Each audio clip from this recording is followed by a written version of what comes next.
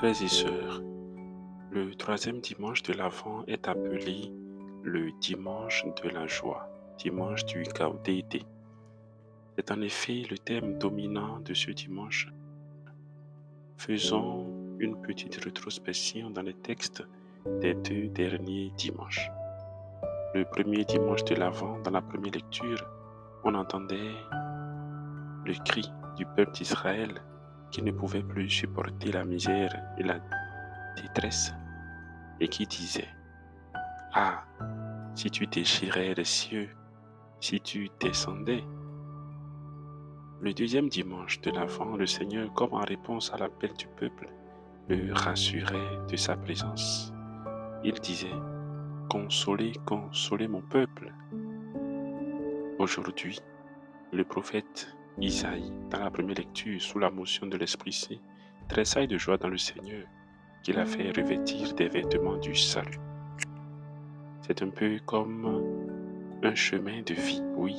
Ces 3 lectures que je viens de mentionner nous dévoilent ce qu'est habituellement le chemin de notre vie.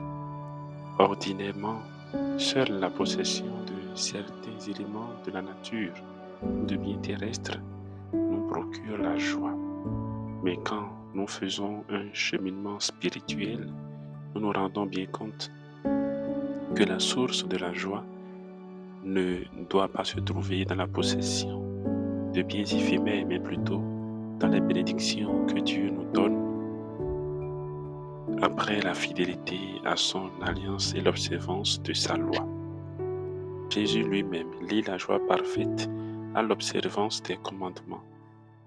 En Jean 15, 10 et 11, il dit: Gardez mes commandements, afin que votre joie soit parfaite. Saint Paul, dans la deuxième lecture, aussi invite la jeune communauté à la joie, mais aussi à la prière constante. Chers amis, le monde nous propose une multitude d'occasions de joie qui nous tentent bien des fois. User de ces éléments pour notre bien-être n'est pas un péché, mais si nous sommes immergés, si attachés à ces choses, au point où leur absence nous fait perdre le sens de la vie, nous allons dans le décor. Dieu de ma joie, j'exulte en toi. Gloire à toi éternellement.